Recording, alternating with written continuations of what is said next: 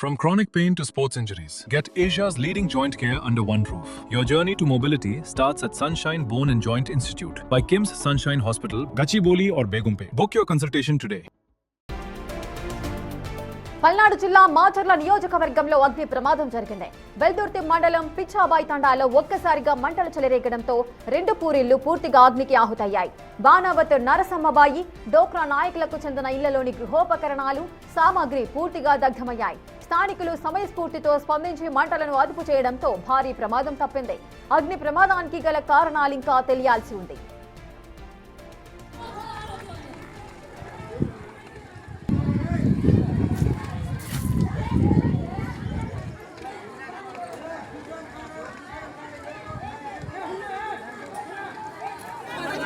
se caro.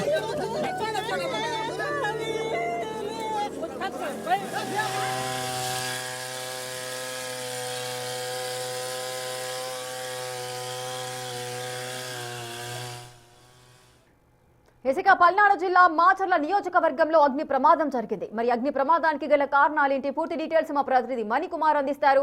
Manikumar, అగ్ని ప్రమాదంలో 2 పూరీలు పూర్తిగా దగ్ధమైపోయాయని చెబుతున్నారు. అసలు ఈ ప్రమాదానికి గల కారణాలేంటి? పల్నాడు జిల్లా మాచర్ల నియోజకవర్గం వెల్దుర్తి మండలంలో పిచ్చాబాయి తండాలో అగ్ని ప్రమాదం చోటు చేసుకుంది. అగ్ని ప్రమాదంలో 2 పూరిళ్లు పూర్తిగా కూడా దగ్ధమయ్యాయి. ఈ ఘటనలో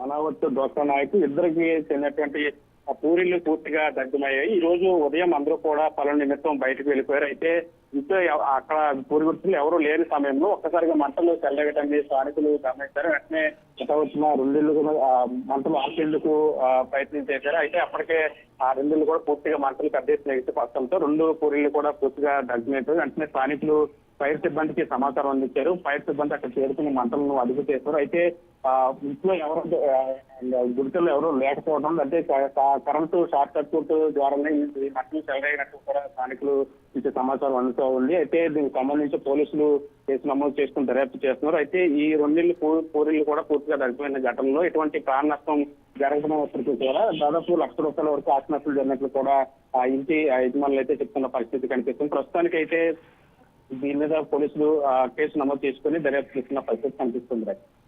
Right, thank you Manikumar, thanks for the details.